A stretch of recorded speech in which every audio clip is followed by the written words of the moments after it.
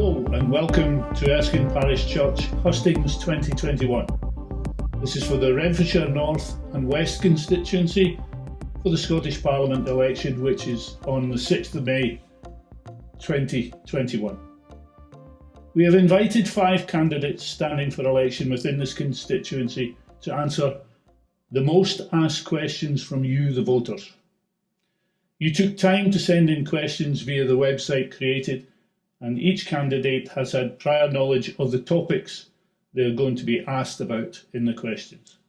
My name is Ken McIntosh, and I will be putting your questions to the candidates so that they have the opportunity to answer, and for you, the voters, to assess their responses. Mainly due to the COVID restrictions, each candidate is being interviewed individually, and today's candidate is Martin Bell from the Scottish Family Party. Welcome, Martin. Would you like to make a short opening statement to the voters of Renfrewshire North and West prior to us getting into the specific questions? Okay, thank you, Ken.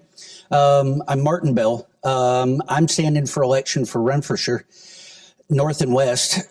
Quite specifically, I've worked here for 24 years in Renfrewshire, and the steady degradation in politics and in morals and in standings and in education have really alarmed me. And therefore, when I got linked up with the Scottish Family Party and they asked if I wanted to run, I bit their hand off because, quite simply, I'm not happy with the way the situation is at the moment, and I don't think anybody in this country probably is.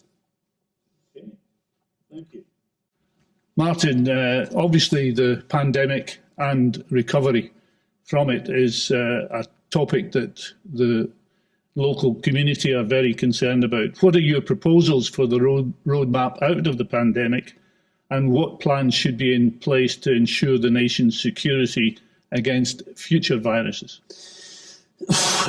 Deep question. As far as the pandemic, our roadmap, I'll tackle that first. What we are looking to achieve is try to get businesses open as quick as possible. Unfortunately, the current administration, we don't feel has actually tackled it appropriately. When the nurses should have got when the nurses did get vaccinated, as soon as the vaccines were available, teachers also should have been vaccinated at the exact same time.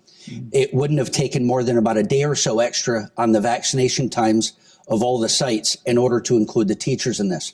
Then the schools could have then started to open once the teachers were clear with their vaccines and were safe not to spread the virus. Okay.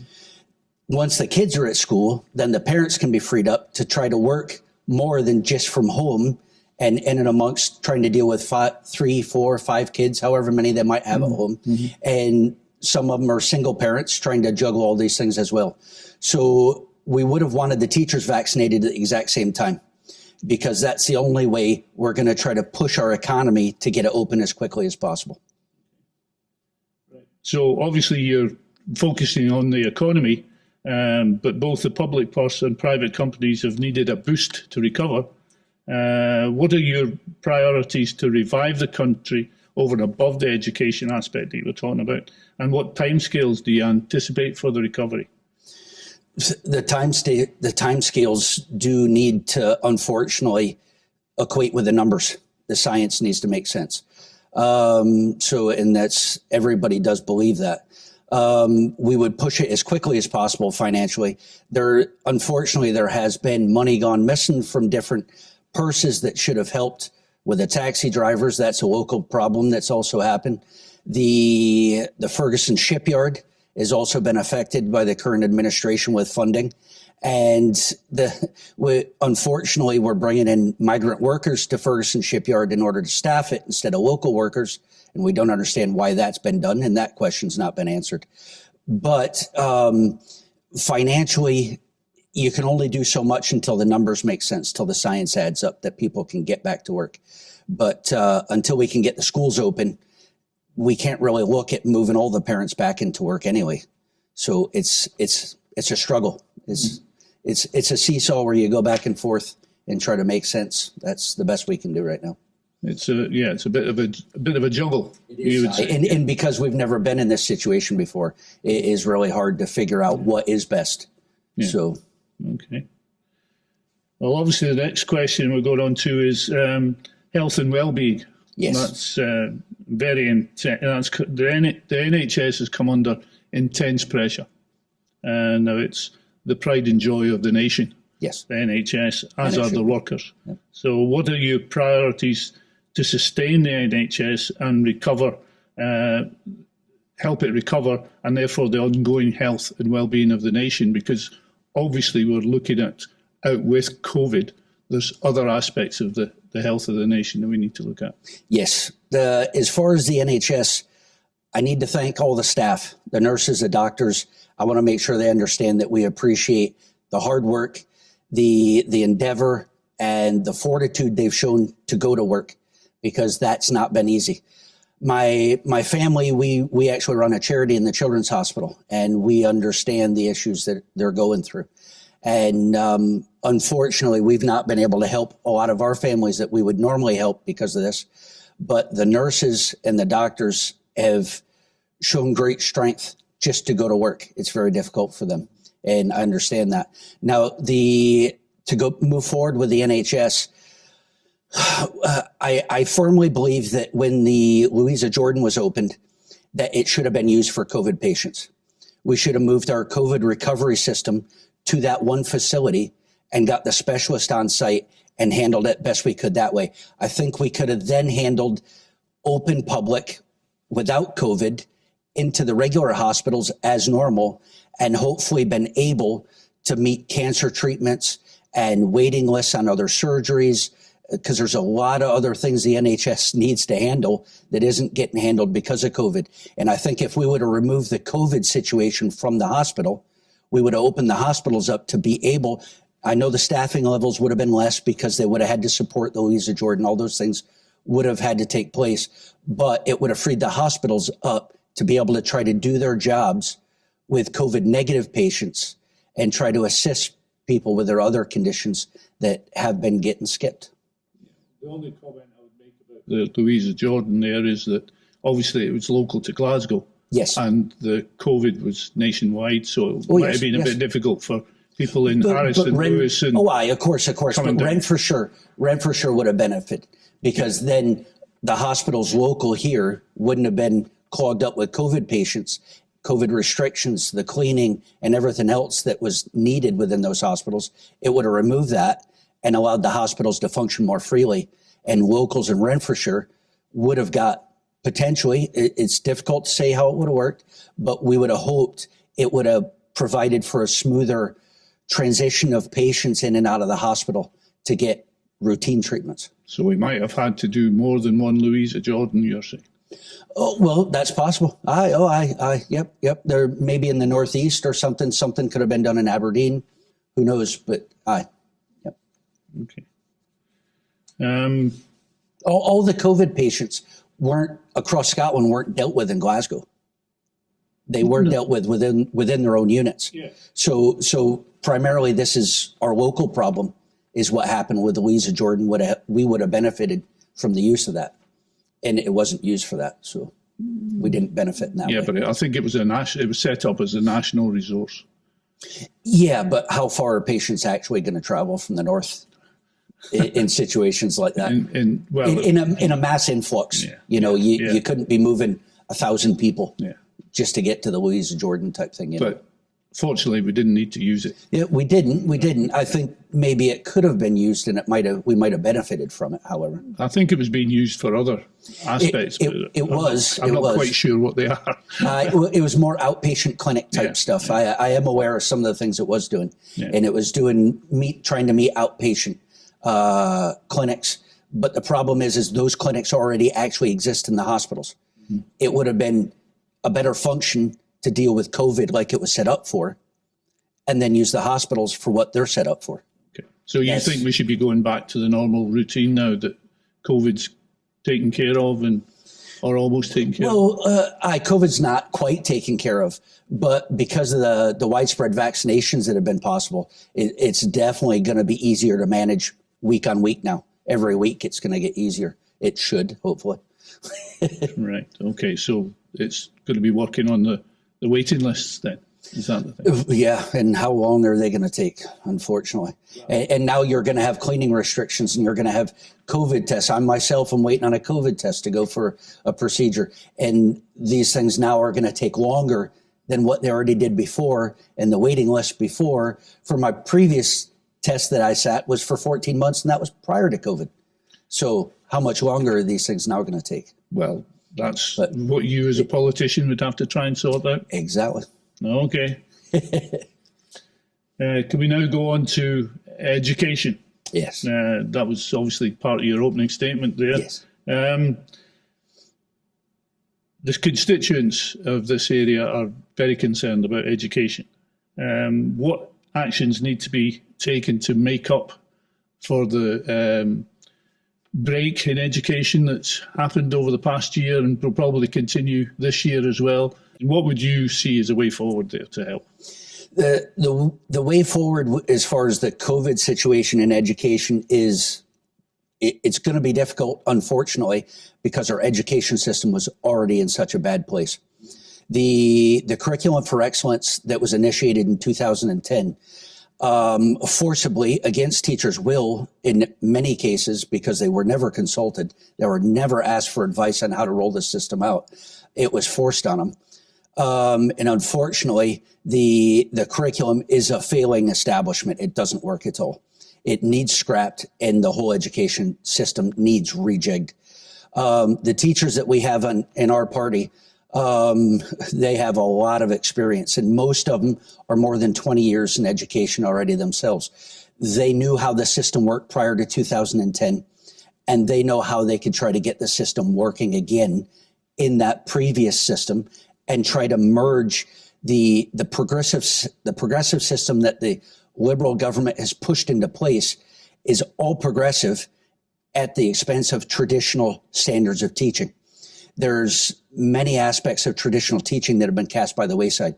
Newer teachers don't even know how to use these older systems.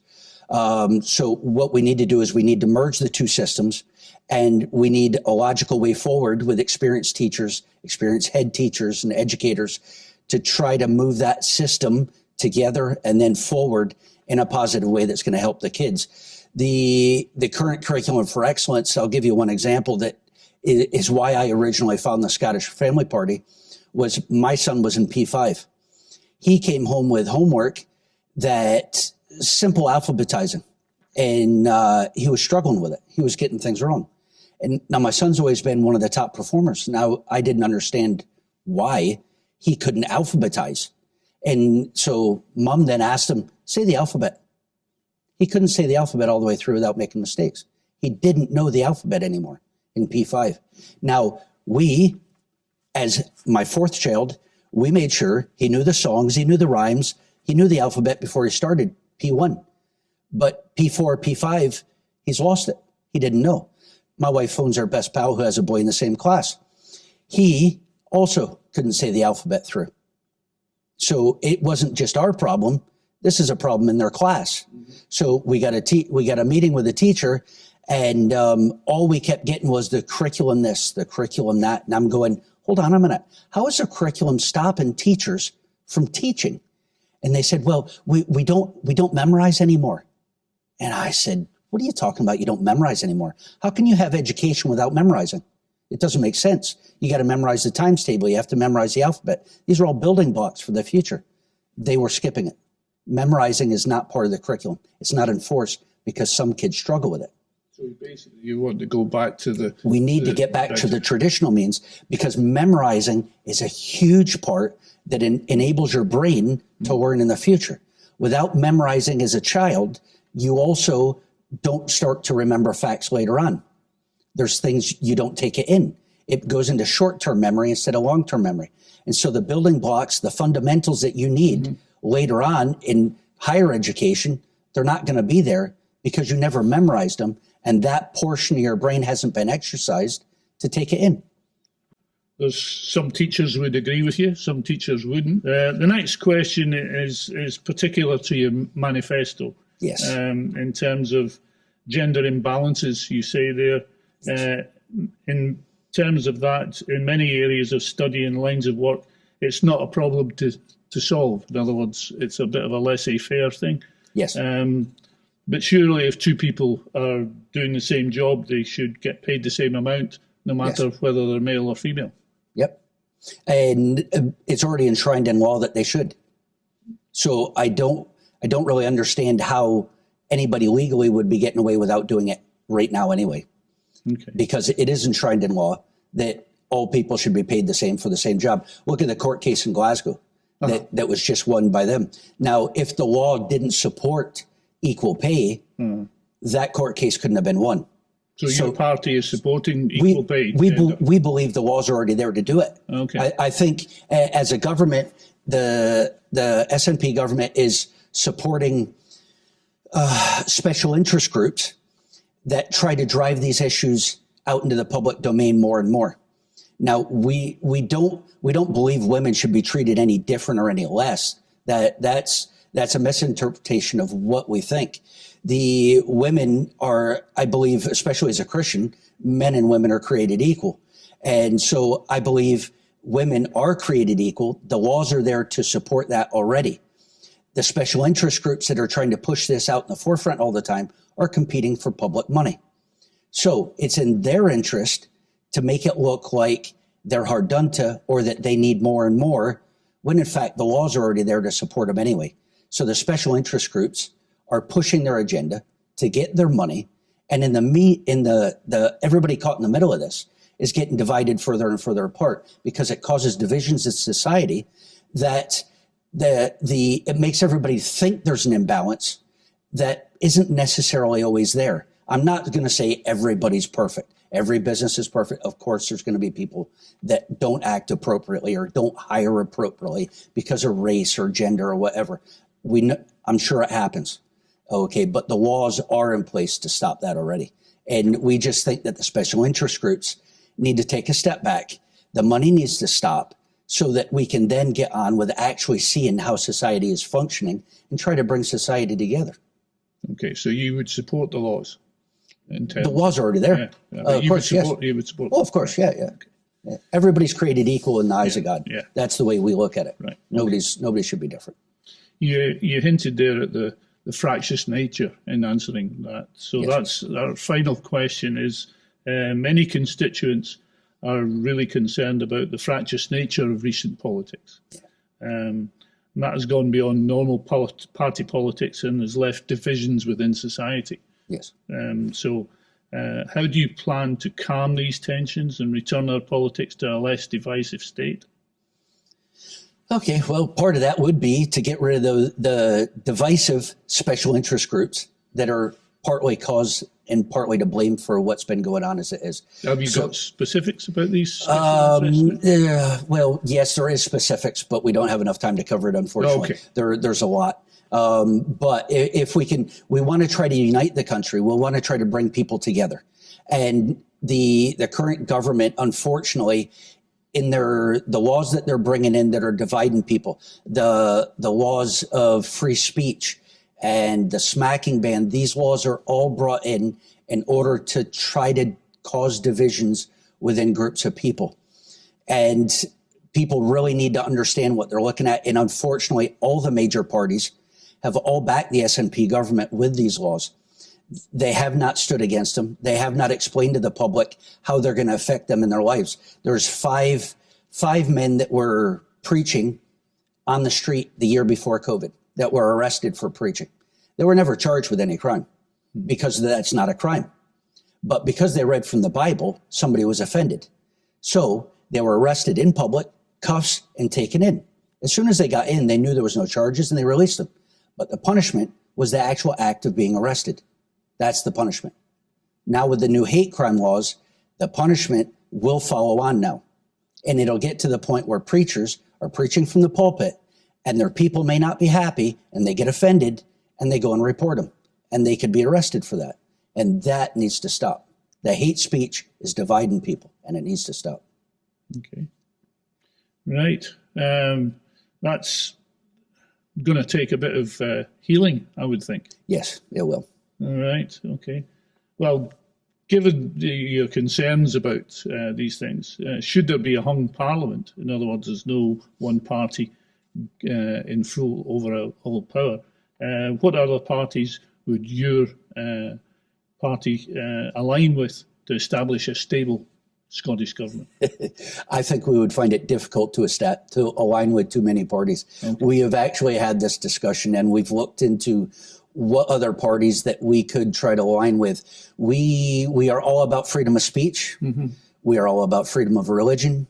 We are totally against big government. We want government to shrink. We believe that the people in power right now that are bickering between and amongst each other are all about getting power for themselves. And that needs to stop. Mm-hmm. Big government needs to shrink. And people are responsible. That even in this whole COVID situation, we've seen that churches and businesses are shut when they don't need to be. People are responsible, can behave responsible. We understand distancing and cleanliness now. We need to get on with opening these things up and uniting people and bringing people back into friendly relationships with each other. And sitting at home being excluded from public life is not good for anybody. It's not healthy. Would you like to make a closing statement for the voters? Certainly. Within our party, we've seen everybody in society actually has seen a degradation in our freedoms, and that needs to stop. The government has brought in new hate incidents that people aren't even aware of that exist now. If I were to take my son's phone away in S1, say he doesn't do his homework or he's cheeky with mom, I take his phone away and he goes into the teacher and tells the teacher, my dad's bullying me, he took my phone. She then has to report that. I could get a visit from a social worker, all because I took his phone away and he considered that bullying. Now, that's not bullying. That's just being parents. That's good parenting. If he's not doing his homework, he needs to know there's a price to pay for that. Now, the kids' rights that they have now in secondary school have gotten to that extent to where now that incident could be reported to police, and the police start what's called a hate incident on me. I will never know that incident report got started. It only goes in their file. And unless a police charge would get brought in the future, nobody will ever know about that. Mm-hmm. And say I go to apply for a job at some big law firm. That'll never happen. But if it did, that employer could request from the police if I had a police record. That hate incident will show up on that as a problem. Mm-hmm. That I've been reported for a hate incident against my child. How is that right? I didn't know it was there. Mm. It was a simple child punishment, but nowadays that's covered by hate incident, and these things need to stop. So we as a party think we need the freedoms back. We need people in power that are going to tell us the truth about the laws that they want to enact and how they want to do it. And that's why we are the only party that are presenting these facts. And we are kind of tired of politicians sugarcoating the truth and not telling the public what they're actually up to. And that's what we believe. Okay. Thank you very much, Mark. Thank you. Okay.